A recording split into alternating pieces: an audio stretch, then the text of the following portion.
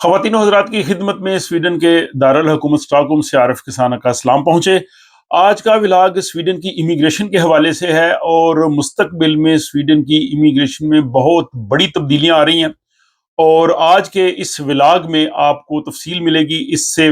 यहाँ जो स्टूडेंट्स हैं, वर्क परमिट वाले हैं, दूसरे जो यूरोपीय ममालिक से लोग स्वीडन में आते हैं, हत्ता कि जो स्वीडिश सिटीजन है यहाँ रहते हैं, वो सब किसी ना किसी तरह से इन तब्दीलियों से मुतासर हो रहे हैं। और ये है फैमिली रीयूनियन के हवाले से कि जो लोग स्वीडन में रहते हैं और यहाँ वो अपनी फैमिली, अपने बच्चों को बुलाना चाहते हैं, उसके हवाले से जो है वो बहुत बड़ी तब्दीलियां आ रही हैं, जिनकी तफसील आज 5 सितंबर को स्वीडिश दारुल हुकूमत स्टॉकहोम में माइग्रेशन के वजीर यॉन फैसल को, जो एक कमेटी पिछले साल से काम कर रही थी, उसकी सरबराह इंग्रिड उत ने, उन्होंने जो है वो उस प्रेस कॉन्फ्रेंस में दी। और उस प्रेस कॉन्फ्रेंस में उन्होंने वो तमाम तर तफसीलात जो हैं वो बयान की, जिनको आज के इस व्लॉग में मैं आपके सामने पेश कर रहा हूँ। इसका पस मंजर ये है कि जब से ये हुकूमत बरसरे इक़्तिदार आई है, इन्होंने तीदो एग्रीमेंट के तहत ये फैसला किया था कि स्वीडन की इमिग्रेशन में बहुत बड़ी तब्दीलियां लाई जाएंगी। यहाँ कम से कम लोगों को आने दिया जाएगा और बहुत से जो इस वक्त यहाँ पे इमिग्रेशन के कवानीन है उनको सख्त किया जाएगा, जिसमें स्वीडिश सिटीजन है, स्वीडन की जो है रेजिडेंस परमिट है, परमानेंट रेजिडेंस है और दूसरे जो अमूर है। तो पहले मरहले पे ये पिछले साल से जो कमेटी काम कर रही थी, इंग्रिड ने इनकी सरबराही में, उसने आज एक तफसीली रिपोर्ट जो है वो स्वीडन के जो माइग्रेशन के वजीर है जॉन फशल उन्हें दी है। और ये रिपोर्ट जो है वो स्वीडिश गवर्नमेंट की जो वेबसाइट है regering.se, उस पर भी मुलाजा की जा सकती है। इसमें सब के सब लोग जो है वो मुतासर हो सकते हैं, लेकिन जो इंग्रिड ने, उन्होंने कहा जी कि मुख्तलिफ ग्रुप्स के लोगों के लिए मुख्तलिफ तजावीज़ होंगी और ज़्यादातर वो लोग अफेक्ट होंगे जो रेजिडेंस परमिट यहाँ पे रखते हैं, जो यूरोपीय यूनियन से आए हैं और इवन जो वर्क परमिट वाले लोग हैं या स्टूडेंट्स हैं, और किसी हद तक जो स्वीडिश सिटीजन्स हैं वो भी इन तजावीज़ से या इन चीज़ों से मुतासर होंगे। ये अब तजावीज़ की सूरत में हुकूमत को दी गई हैं और ये तमाम तजावीज़ जो हैं वो फैमिली रीयूनियन के हवाले से है। इसके 10 जो हैं वो बड़े अहम नुकात हैं, तो उनको मैंने समराइज किया आप लोगों के लिए। सबसे पहला ये है कि जो लोग आर्जी तौर पे स्वीडन में रह रहे हैं, जिनके पास परमानेंट रेजिडेंस नहीं है, तो उन्हें अपने फैमिली मेंबर्स को बुलाने के लिए 2 साल का इंतजार करना पड़ेगा। इसमें ज्यादातर वो लोग आएंगे जो रेफ्यूजीज हैं या जो प्रोटेक्शन लेने वाले लोग हैं, और कुछ लोग जो हैं वो इससे एग्जेम्प्ट होंगे, जैसे वर्क परमिट वाले हैं, वो पहले भी बुला सकेंगे। तो 2 साल की बुनियादी तौर पे एक बहुत बड़ी जो है वो शर्त जो आयद की जा रही है यहाँ पे लोगों को बुलाने के हवाले से। दूसरी इसमें जो बड़ी शर्त है वो है माली कफालत के हवाले से। और पहले तो ये होता था कि जब एप्लीकेशन आप दे रहे हैं तो उस वक्त आपने बताना है जी कि हम माली तौर पे कफालत कर सकेंगे, हमें हुकूमत की तरफ से पैसों की जरूरत नहीं पड़ेगी। लेकिन अब ये एक्सटेंशन के वक्त भी साबित करना होगा और इसमें ये बताना होगा कि जो घर के तमाम अफराद हैं उनके लिए आपके पास जो है वो सफिशिएंट फंड्स मौजूद है। तो माली कफालत जो है ये दूसरी शर्त है। तीसरी जो शर्त है वो एक लिहाज से बेहतर है कि इसमें मुश्तरका आमदनी जो है वो शुमार होगी, कि एक घर में रहने वाले जो तमाम लोग हैं और उसमें जो बालक बच्चे हैं उनकी कमाई भी जो है उस तरह से शामिल होगी। तो एक तरह से ये तजवीज़ जो है वो बेहतर होगी।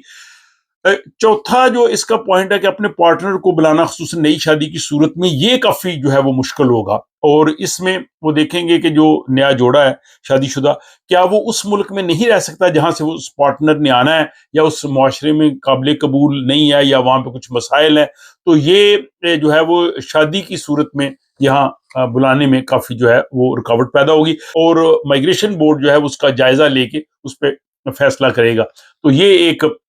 इस लिहाज से जो है वो एक सख्त शर्त हो जाएगी। और ये पांचवी जो शर्त, उसमें इसी को उन्होंने तफसीली तौर पे बुलाया है कि अगर स्वीडन में कोई रहने वाला शख्स अपने पार्टनर को यहाँ बुलाने के लिए दरखास्त देगा तो उनके बच्चों को उसी सूरत में हक मिलेगा जब उस बच्चों के कानूनी तौर पे सरपरस्त होंगे।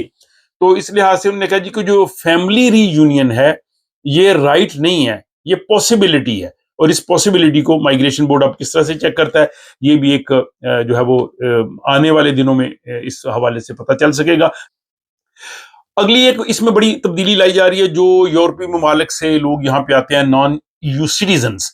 اچھا، ان جو تجاویز ہے اس سے یورپی یونین کے سٹیزن یا نارڈک ممالک کے سٹیزنز جو سویڈن میں رہتے ہیں وہ اس سے متاثر اتنے نہیں ہوں گے. اس میں جو نان یورپین سٹیزن ہیں جو یونان سے اٹلی سے سویڈن آتے ہیں اور ان کے پاس لانگ ٹرم ریزیڈنس ہے، تو ان کے جب گھر کے افراد یہاں پہ سویڈن آئیں گے تو ان کو یہ ثابت کرنا ہے کہ وہ بھی مالی طور پہ خود کفیل ہوں گے. ان کو جو ہے وہ گورنمنٹ سے فنڈز کی ضرورت نہیں ہوگی، وہ اپنا خرچہ خود اٹھا سکتے ہیں، اور بعض صورتوں میں انہیں مکمل ہیلتھ انشورنس جو ہے وہ مہیا کرنا ہوگی.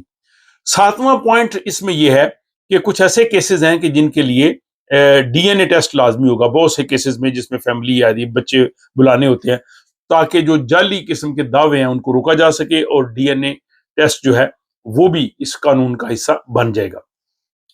اس کے بعد اس میں 8واں پوائنٹ یہ ہے کہ فی الحال یہ ہے کہ اگر سویڈن میں آ کے کوئی شادی کرتا ہے، کسی کے ساتھ رہتا ہے اور اس کے بعد اس کا تعلق ختم ہو جاتا ہے، لیکن اس کے پاس یہاں پہ کام ہے یا کچھ دوسری ایسی وجوہات ہیں، وہ یہاں پہ رہ سکتا ہے. لیکن نئے قانون میں وہ کہتے ہیں کہ اس کو ختم کر دیا جائے گا. ہاں، اس میں ایکسیپشن ہوگی کہ اگر کسی کے ساتھ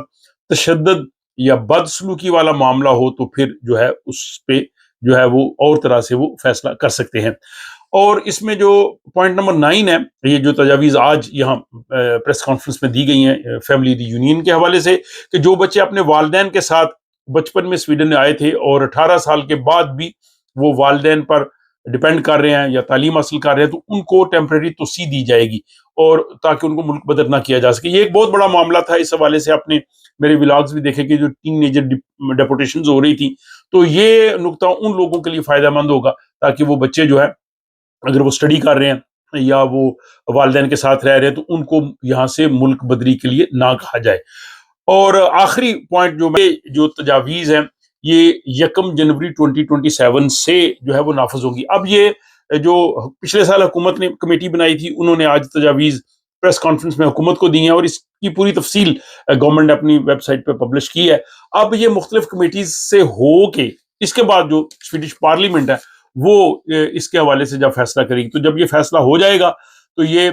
جنوری 2027 سے نافذ ہو جائیں گی. تو ایک طرح سے یہ کافی سختی کر رہے ہیں بہت سے امور میں، اور حکومت کا کہنا ہے، اور آج پریس کانفرنس میں بھی انہوں نے کہا کہ ہم ای یو کے منیمم لیول پہ لے کے جانا چاہتے ہیں، یعنی جہاں کم سے کم لوگ آ سکیں، اور ہم ای یو کے ظاہر لا سے وہ باہر جا نہیں سکتے، لیکن جو ایک فیاضی تھی، جنرسٹی سی سویڈش امیگریشن کی لوگوں کے لیے، وہ جو ہے وہ کم ہوگی. اور دوسرا اس میں فیملی کا بھی انہوں نے بتایا، یہ بھی بہت سے لوگ پوچھتے ہیں، تو فیملی سے مراد بیوی بچے وہی شامل ہوں گے اس میں. والدین یا باقی جو ہیں وہ اس صورت میں نہیں آ سکیں گے. پہلے قانون تھا کہ جس میں لوگ والدین کو بھی بلوا سکتے تھے، تو یہ ایک لحاظ سے جو ہے وہ اس چیز کو بھی جو ہے وہ محدود کرے گا. آپ ان تمام تجاویز کے حوالے سے آپ اپنی رائے کا اظہار کریں، یہ کس طرح کی ہیں. کچھ تجاویز شاید بہتر ہوں، جیسے ٹین ایجر ڈیپورٹیشن بچ سکے گی، یا پوری فیملی کی جو انکم کاؤنٹ ہو سکے گی، اور حکومت چاہتی ہے کہ جو لوگ یہاں پہ آئیں وہ سب لوگ کام کریں تاکہ جو ہے وہ ملکی معیشت میں وہ حصے دار ہوں. تو آپ بتائیے گا کہ آپ ان تجاویز کو کس حوالے سے دیکھتے ہیں،